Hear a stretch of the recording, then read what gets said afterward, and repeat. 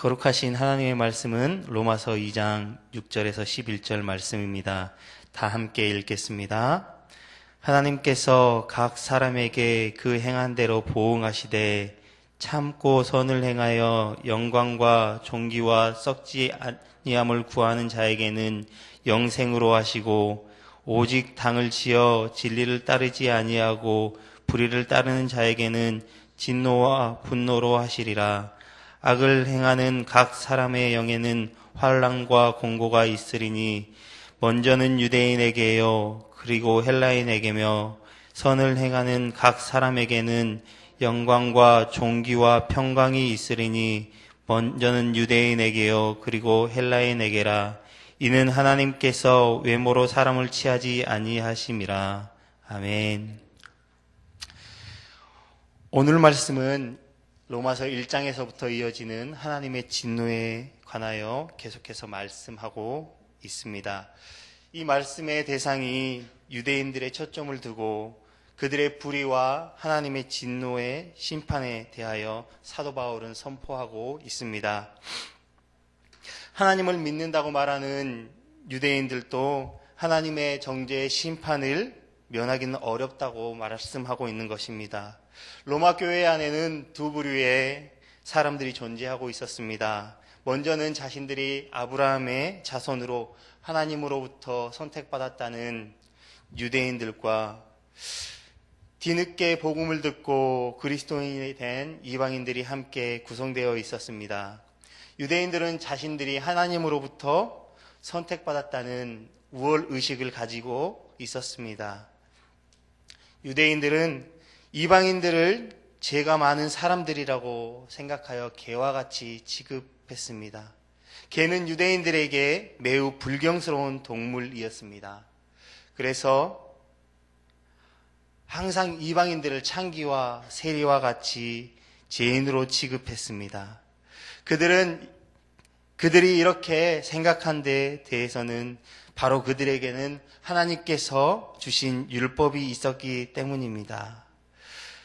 이 율법을 가졌다는 이유 때문에 그들은 굉장한 자부심을 가졌습니다. 이것 때문에 그들은 이방인들과 다르며 자신들만이 우월하다고 생각했습니다. 그런데 이들은 율법을 가지고 있지만 결코 행하는 삶은 아니었습니다. 오히려 그 율법을 가지고 사람을 판단하고 정죄했습니다. 그런데 오늘 본문 말씀은 특별히 이렇게 사람들을 정죄하고 판단하는 유대인들을 향하여 선포하고 있습니다.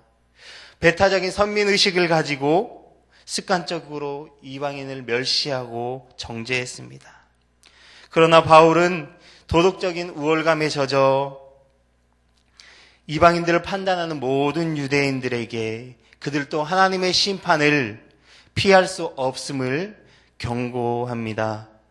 성도 여러분, 유대인들이 택함을 받은 하나님의 백성이듯이 예수님을 믿는 우리들도 구원받은 하나님의 백성입니다. 그리고 유대인들이 자랑하는 율법이 있듯이 우리에게도 귀한 성경이 있습니다. 유대인들이 율법을 듣고 묵상하듯이 우리 또한 말씀을 듣고 묵상합니다. 그러나 듣는 것과 지키는 것은 다르다는 사실입니다. 다시 말해 안다는 것과 말씀을 가지고 산다는 것이 다르다는 사실입니다. 이것을 혼돈하신다면 우리가 스스로 의롭다고 자처했던 유대인들과 별반 다르지 않다라는 사실입니다. 유대인들이 빠졌던 그 함정에 우리 또한 빠질 수 있다는 사실을 잊지 않으셨으면 좋겠습니다. 성경에 보면 부도덕한 생활에 관하여 말씀하고 있는데요. 그 내용을 보면 불의, 추악, 탐욕, 악의가 가득한 자요, 시기, 살인, 분쟁, 사기, 악독이 가득한 자요, 수근수근하는 자요, 비방하는 자요, 하나님을 미워하는 자요, 능욕하는 자요, 교만한 자요라고 말씀하고 있습니다. 여러분, 이 말씀을 들으면서 어떠한 마음이 드십니까? 혹시 무덤덤하지는 않으십니까? 혹시 충격적이지는 않으십니까? 혹시 그것을 이방인들이나 불신자들에게 하는 말이지 나에게는 해당되는 말이 아니야 라고 혹시 생각하지는 않습니까? 혹시 이렇게 생각하신다면 우리가 유대인들과 같은 생각을 가지고 있는 것입니다. 오늘 우리의 문제가 무엇입니까? 죄나 심판에 대하여 이야기 들으면서 나하고는 상관없는 이야기야 라고 듣고 있지는 않습니까? 한편으로는 죄인이라고 생각하지만 나는 그렇게 죽을 만큼 큰 죄인은 아니야 라고 생각하고 있지는 않습니까? 이것이 가장 큰 문제입니다. 이것은 아직 나의 자아가 남아있다라고 하는 증거입니다. 이 자아가 우리를 하나님 말씀 앞에 무릎 꿇지 못하게 합니다. 이러한 우리에 대하여 하나님은 심판하시겠노라고 지금도 동일하게 우리에게 말씀하고 있습니다. 1절에서 5절 말씀은 회개치 않는 유대인들에게 이방인과 동일하게 하나님의 심판이 임할 것이다 라고 말씀하고 있습니다. 그런데 오늘 본문 말씀은 하나님의 심판이 유대인과 이방인에게 똑같은 기준에 따라 공평하게 시행될 것이라고 말씀하고 있습니다. 여러분 50보 100보라고 하는 속담이 있습니다. 그 어느 누구도 나을 것이 없이 둘 다 비슷하다라고 하는 이야기입니다.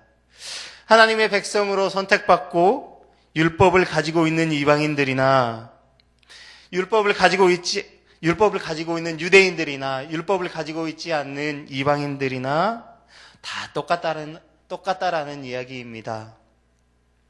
외적으로 보기에는 조금의 차이가 있을 수는 있으나 본질적으로는 모두 똑같은 죄인이다라는 말씀입니다.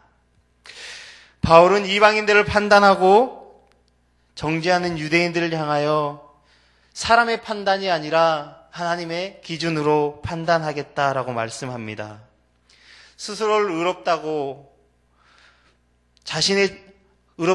이야기하고 자신의 죄를 돌아보지 않는 유대인들에게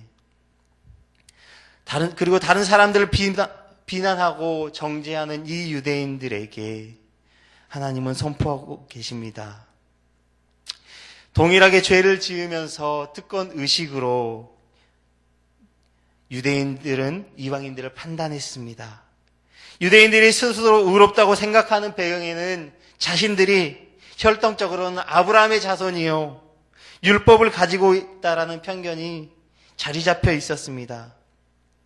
그들이 아브라함의 자손임을 나타내려면 그들이 의에 합당한 열매를 맺어야 했지만 그들은 그저 하나님 아브라함의 자손이라고 하는 이유만으로 의인 행세를 했습니다. 여러분 혹시 지금도 사람들을 판단하고 정죄하고 있지는 않습니까? 여러분 유대인들의 모습을 보면서 우리들의 모습을 돌아보았으면 합니다. 혹시 우리가 그리스도를 믿는다는 이유만으로 다른 사람들을 정죄하고 판단하고 있지는 않습니까? 그런데 우리 또한 다른 사람들로부터 정죄받을 수 있는 동일한 죄인이라고 하는 사실을 잊지 마시기 바랍니다. 하나님이 보시기에는 저희들 또한 여전히 죄인입니다. 다른 사람을 판단하고 정죄할 자격이 없는 자들입니다. 바울은 이 착각에 빠져 있는 유대인들을 향하여 하나님의 판단 기준을, 심판의 기준을 상기시키면서 선포하고 있습니다. 유대인이라는 이유만으로 진노를 받지 않을 것이라고 하는 착각에 빠져 있는 이 유대인들에게 말입니다. 하나님의 심판은 공의와 진리대로 이루어집니다. 하나님께서 유대인들을 판단하는 기준은 아브라함의 혈통을 가졌다는 외적인 조건이 아니라 그들의 행함과 그들의 마음의 상태였습니다. 바울은 단지 아브라함의 후손이라는 조건이 그들을 구원하지는 못한다고 지적하고 있습니다. 유대인이라고 하는 이 사실이 하나님의 심판을 피할 수 있는 면책 특권이 되지는 않는다라고 말합니다. 하나님의 심판은 오직 진리의 기초에서 행하여집니다. 그 기준은 누구에게나 동일합니다. 여기에 앉아 계시는 모든 분에게도 동일합니다. 성도 여러분, 우리는 특별한 존재가 아닙니다. 우리는 세상 사람들에 비해 특별한 존재라고 생각하며 살아갑니다. 그렇지만 저희들은 결코 특별하지 않습니다. 그들은 동일한 사람들입니다. 동일한 죄인입니다. 우리가 그리스도인이기에 무조건 구원받는다라는 생각은 버리십시오.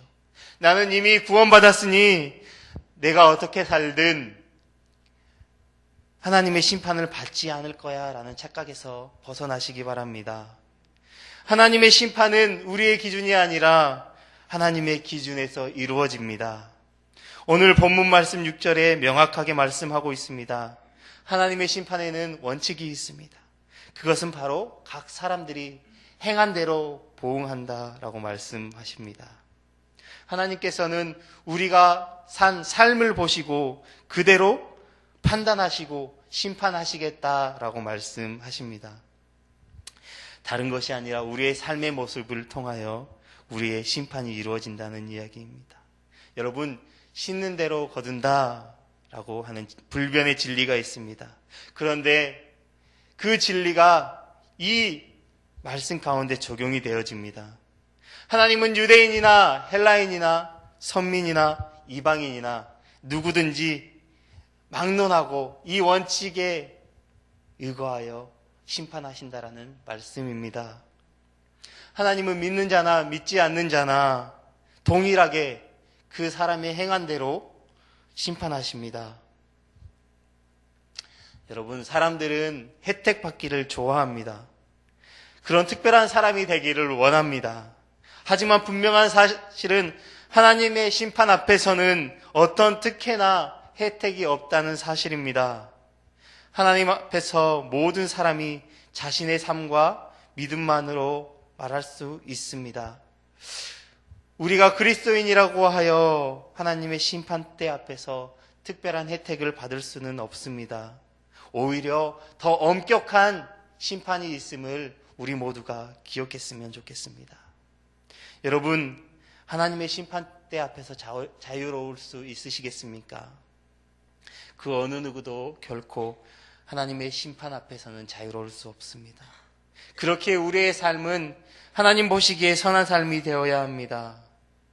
하나님의 심판의 결과는 두 가지뿐임은 오늘 본문 말씀은 말씀합니다. 먼저 인내하며 선을 행하는 사람에게는 영원한 생명이 주어질 것이고, 불의를 따르며 악을 행하는 사람에게는 진노가 임해 환난과 공고가 있을 것이라고 말씀합니다. 성도 여러분, 어떠한 판결을 받으시겠습니까? 영생입니까?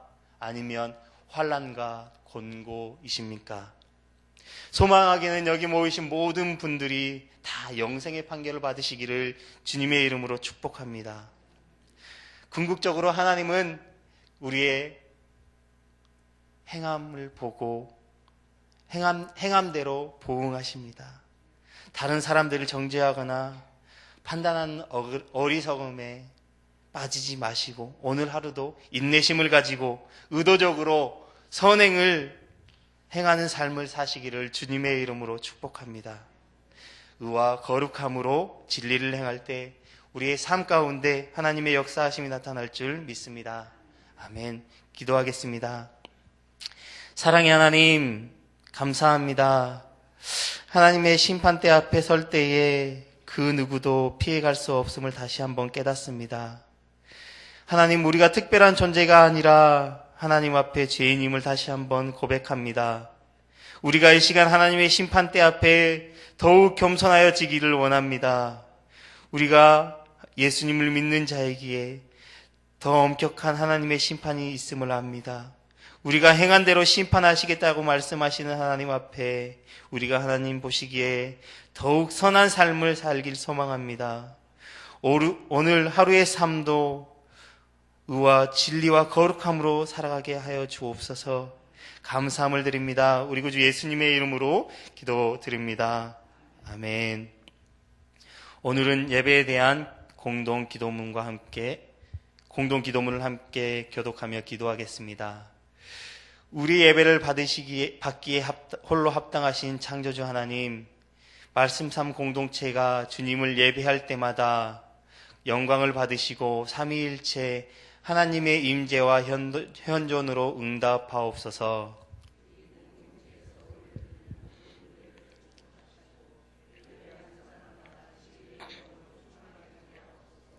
주님이 찾으시는 예배자들이 훈련되어 일어나게 하옵소서. 교회에 함께 모여 우러르는 공예배의 거룩한 감동을 세상에 흩어져 섬기고 나누는 삶의 예배를 살게 하옵소서. 아멘. 함께 주기도문 하시겠습니다. 하늘에 계신 우리 아버지, 아버지의 이름을 거룩하게 하시며 아버지의 나라가 오게 하시며 아버지의 뜻이 하늘에서와 같이 땅에서도 이루어지게 하소서. 오늘 우리에게 일용할 양식을 주시고 우리가 우리에게 잘못한 사람을 용서하여 준 것 같이 우리 죄를 용서하여 주시고 우리를 시험에 빠지지 않게 하시고 악에서 구하소서. 나라와 권능과 영광이 영원히 아버지의 것입니다. 아멘. 이 시간 다음과 같은 기도 제목으로 기도드리겠습니다. 지금 들은 말씀이 내 삶으로 이어지게 하옵소서. 각 교구의 목회자와 리더들을 성령 충만케 하시고 사역을 잘 감당하게 하소서. 2019년 새해 모든 성도가 말씀을 깊이 묵상함으로 하나님의 놀라운 은혜를 경험하게 하옵소서. 우리 교회의 영적 리더들이 예수님의 마음을 품고 주님의 몸된 교회를 잘 섬기게 하옵소서. 육체적인 질병으로 인해 어려움을 겪는 환우들에게 회복의 은혜를 더해 주옵소서. 우리나라의 지도자들에게 지혜와 명철을 주셔서 대한민국이 바르게 세워지게 하옵소서. 공동 기도문의 기도 제목과 각자의 기도 제목을 따라 기도하시다가 삶의 자리로 나아가겠습니다. 사랑의 하나님 아버지, 감사합니다.